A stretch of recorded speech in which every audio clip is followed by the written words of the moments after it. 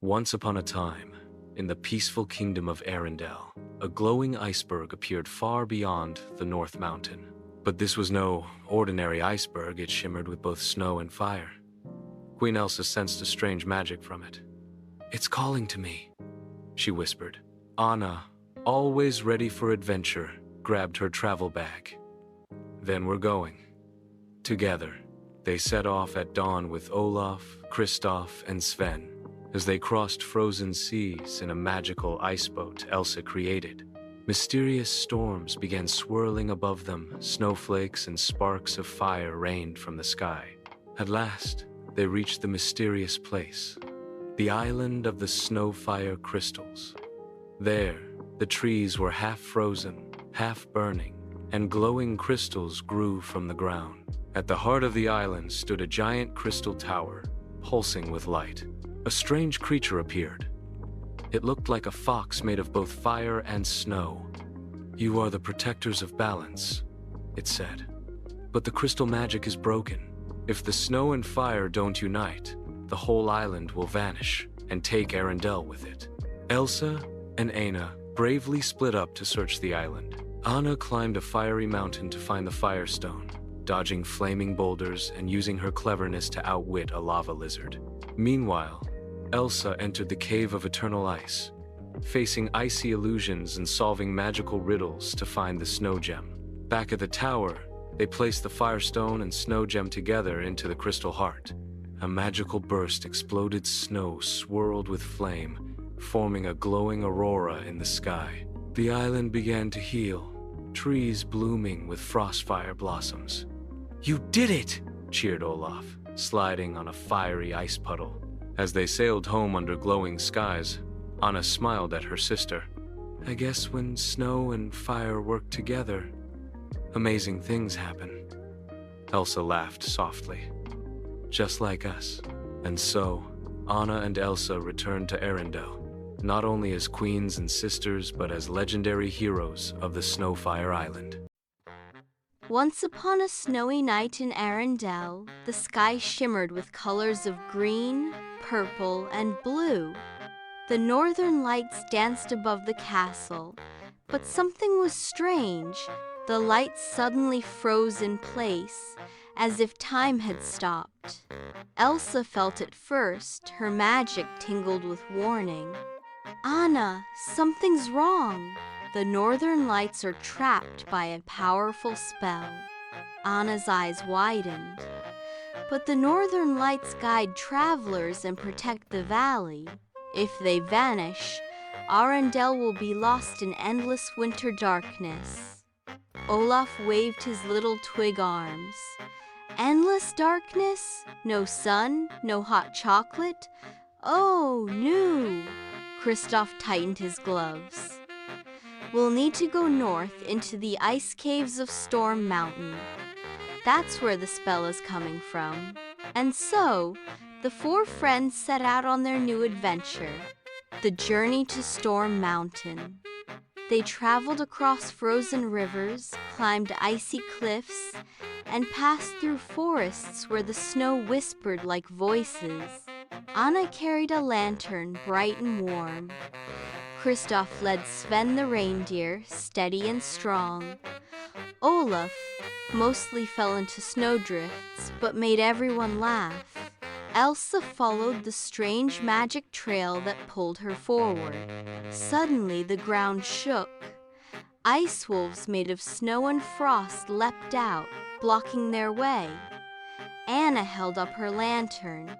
"Stay back!" Elsa raised her hands, sending a swirl of snowflakes to freeze the wolves into harmless ice statues. "Nice one, Elsa!" Kristoff cheered. Olaf peeked out. "I totally would have done that too, if I had powers or hands big enough, or bravery." Eugen the frozen crystal. At last, they reached the ice caves. Deep inside, glowing on a pedestal, was a frozen crystal, the source of the trapped northern lights.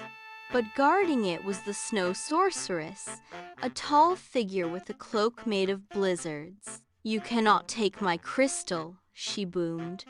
"With the lights frozen, I will rule the skies forever." Anna stepped forward bravely. "You can't keep the beauty of the world locked away." The sorceress raised her staff, blasting ice storms. Elsa countered with her own magic, filling the cave with glittering snow. The sisters fought side by side, Anna distracting with quick moves, Elsa striking with waves of frozen power. Kristoff shielded Olaf and Sven, shouting, "Hold on, we've got this!" Finally, Elsa focused all her magic into her hands. With Anna holding her steady, Elsa shattered the sorceress's staff into icy shards. The sorceress vanished in a swirl of snow, defeated. The light's return. Elsa touched the frozen crystal, melting it with the warmth of her heart. The northern lights shot back into the sky, swirling brighter than ever before. Olaf twirled around. "Woohoo! Look at the sparkly colors. It's like fireworks, but chilly." Kristoff smiled at Anna. "You were fearless." Anna grinned. "We make a pretty great team." Elsa looked up at the glowing sky. "The lights remind us that even in the coldest nights, hope will always shine." And so, with laughter and joy, they rode back to Arendelle under the shimmering sky, safe, together, and ready for their next adventure. From an ordinary fairy to a royal designer. Long ago, in the Glittergrove forest, there lived a little fairy named Tilla. She wasn't the strongest fairy. She couldn't make thunder, couldn't summon rainbows, and definitely couldn't fly as fast as her friends. But Tilla had one tiny talent. She loved designing clothes. While other fairies practiced magic spells, Tilla collected flower petals, dewdrops, and spider silk threads to stitch little dresses for her doll. One sunny morning, the forest fairies giggled. "Tilla, you'll never be important with dresses. Fairies need magic, not fashion." Tilla's cheeks turned pink, but she kept quiet. Deep inside, she whispered to herself, "One day, my designs will shine brighter than magic." In the nearby Crystal Palace, Princess Leora was worried.